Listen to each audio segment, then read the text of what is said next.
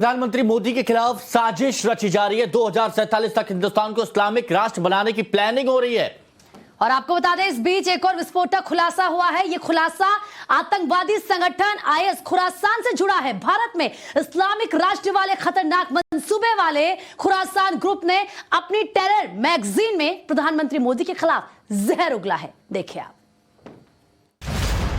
ये तस्वीर आपको ध्यान से देखनी चाहिए। ध्यान से इसलिए क्योंकि ये तस्वीर एक तो प्रधानमंत्री नरेंद्र मोदी की है और ये तस्वीर आतंकवादी संगठन आईएस खुरासान ने अपनी terror magazine voice of Khorasan के कवर पेज पर छापी है। इस तस्वीर को जब आप ध्यान से देखेंगे तो पाएंगे कि इस पर पीएम मोदी की फोटो के साथ खून के छींटे हैं। बैकग्राउंड में दंगे की एक तस्वीर नजर आ रही है। पीछे भारत का झंडा है और नीचे जो हेडर लगाया गया है उस पर अंग्रेजी में मोटे अक्षरों में लिखा है India between pen and hope, जिसका हिंदी में मतलब हुआ दर्द और उम्मीद के बीच भारत। ये इस्लामिक स्टेट खुरासान की आतंकी मैगजीन वॉइस ऑफ खुरासान का कवर पेज है और अंदर भारत के खिलाफ जहर उगलता एक लेख भी लिखा गया है, जिसमें कश्मीर का जिक्र करते हुए भड़काऊ बातें लिखी गई हैं। गुजरात और दिल्ली के दंगों का जिक्र किया गया है। ऐसा करके दूसरे समुदाय को मुस्लिम विरोधी बताया गया है। बीजेपी नेताओं पर हमले के लिए उकसाने की कोशिश की गई है। हिंदू समाज और पूजा पद्धति के खिलाफ कई बातें लिखी गई हैं और गाय पूजा, मूर्ति पूजा के खिलाफ बातें लिखकर भड़काने की कोशिश की है। खास बात यह है कि इस लेख के जरिए हिंदुस्तान के समाज को बांटने की कवायद की गई है। इतना ही नहीं, देश के सौहार्द को बिगाड़ने और दूसरे समाज के खिलाफ जिहाद छेड़ने की बातें भी लिखी गई हैं।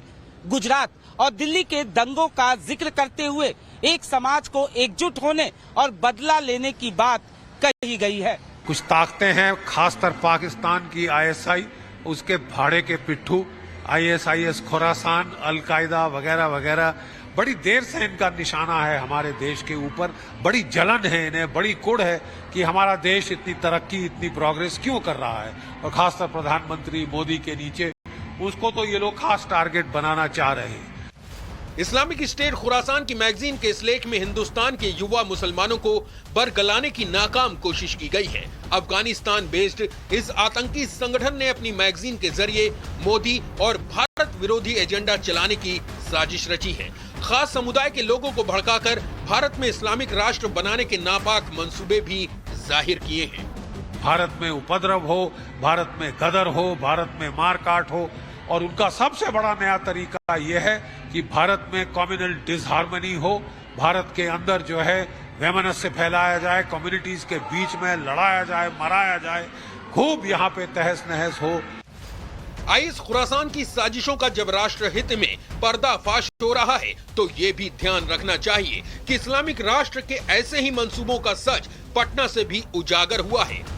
पीएम मोदी के खिलाफ बिहार में भी साजिशों का पर्दाफाश हुआ है। बिहार पुलिस ने पुख्ता दस्तावेज के साथ दावा किया कि पटना में कट्टर इस्लामिक संगठन पीएफआई ने भारत को इस्लामिक स्टेट बनाने की पूरी साजिश रची है। पीएफआई ने 2047 तक भारत को इस्लामिक स्टेट बनाने का प्लान तैयार किया है। 8 पन्नों में पीएफआई की पूरी साजिश का ब्यौरा है।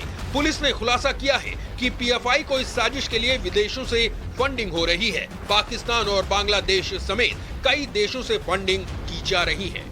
ऐसे में सवाल फिर गंभीर है कि पीएफआई और आईएस खुरासान की कट्टर सोच इतनी मिलती क्यों है? क्या भारत के खिलाफ और पीएम मोदी के खिलाफ पीएफआई की इस खतरनाक साजिश में आतंकी संगठन आईएस खुरासान भी शामिल है? एक ऐसा नंबर पता चला था जिसमें बहुत ही आपत्तिजनक पोस्ट, राष्ट्र विरोधी वीडियोस, नारे इत्यादि उनका प्रचार और प्रसार किया जा रहा था। इस ग्रुप में जो भारत के विरुद्ध देश विरोधी बातें, वीडियोस को पोस्ट करना, कश्मीर में चल रहे आतंकवाद के समर्थन में वीडियोस को पोस्ट करना, ये सब बातों का और विचारों का आदान प्रदान होता था। देश को पीएफआई से खतरा बढ़ता जा रहा है और इस बीच आईएस खुरासान का खतरनाक भड़काऊ प्लान भी अब सामने है, जिसे नजरअंदाज नहीं कर सकते, क्योंकि ये वही आईएस खुरासान है जो अफगानिस्तान में बड़े हमलों के लिए कुख्यात है। काबुल से लेकर कंधार तक और सीरिया से लेकर इराक तक आतंकी दहशत फैलाने के लिए बदनाम है। अनुज मिश्रा, दिल्ली, टाइम्स नाउ, नव भारत।